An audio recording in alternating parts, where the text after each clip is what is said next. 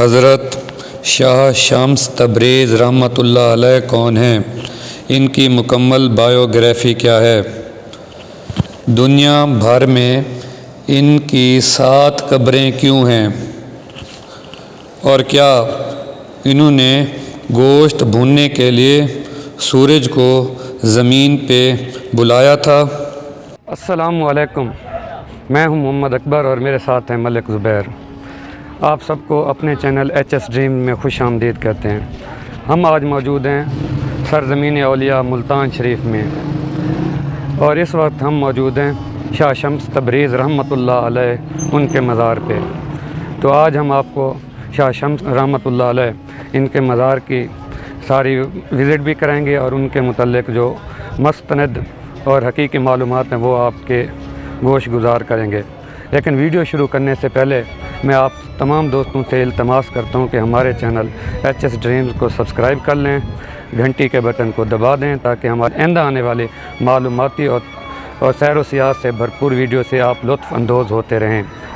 تو اسی کے ساتھ ہی میں آپ کو ٹائم ضائع نہیں کرتا، تو چلتے ہیں آپ کو دربار کا وزٹ بھی کراتے ہیں اور اس کے متعلق معلومات بھی دیتے ہیں۔ تو سامعین، اس وقت ہم دربار شاہ شمس تبریز رحمۃ اللہ علیہ اس کے باہر موجود ہیں۔ باہر یہ ساری مارکیٹ ہے، یہ دکانیں ہیں، یہاں مختلف تبرکات موجود ہیں۔ جو زائرین دربار کے وزٹ پہ آتے ہیں تو وہ یہ تبرکات خریدتے ہیں۔ تو یہ ساری تبرکات کی دکانیں ہیں۔ اس کے باہر پولیس کی چیک پوسٹ بھی ہے، اور سامنے آپ دیکھیں دربار شاہ شمس تبریز رحمۃ اللہ علیہ۔ یہاں آپ عقیدت مندی کے ساتھ ہیں، عقیدت کے ساتھ یہاں پہ حاضری دیں۔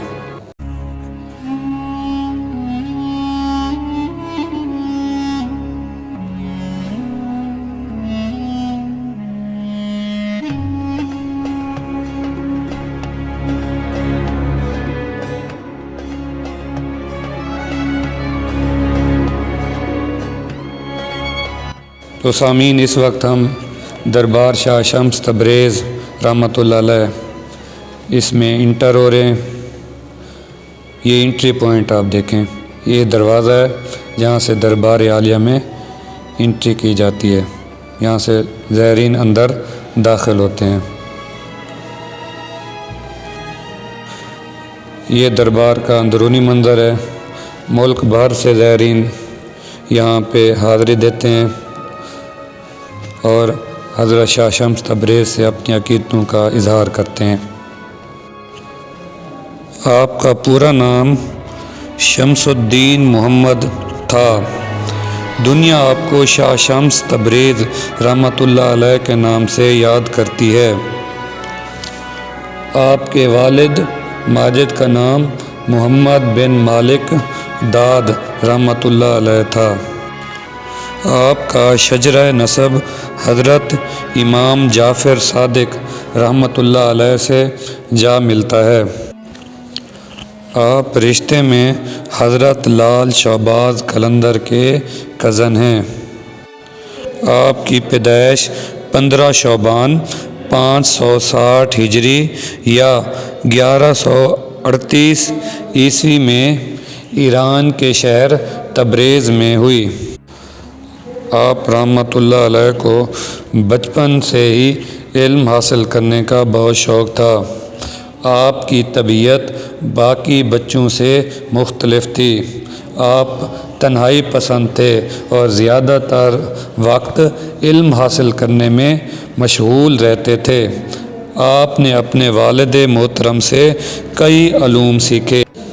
ان میں علم نجوم، علم نقالہ، علم امجد اور صرف و نحو اور تصوف کا علم شامل تھا۔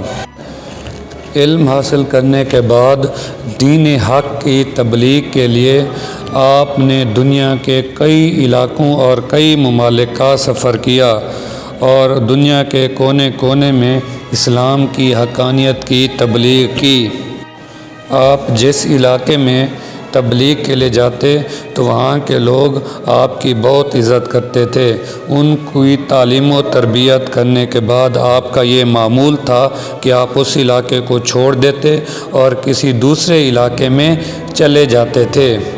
لوگ پیچھے سے آپ کی بہت تلاش کرتے تھے۔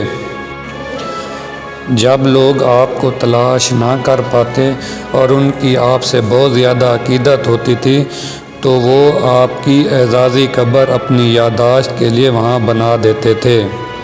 اس لیے دنیا کے مختلف علاقوں میں یعنی ایران، ترکی، قراقرم وغیرہ میں آپ کی اعزازی قبریں بنی ہوئی ہیں۔ دین کی تبلیغ کے لیے آپ کونیا بھی گئے، جہاں آپ کی ملاقات جلال الدین رومی سے ہوئی۔ مولانا جلال الدین رومی آپ کے علم اور مرتبے سے بہت متاثر ہوئے اور درخواست کی کہ مجھے آپ اپنا شاگرد بنا لیں۔ تو اس طرح جلال الدین رومی شاہ شمس تبریز رحمۃ اللہ علیہ کے شاگرد بن گئے۔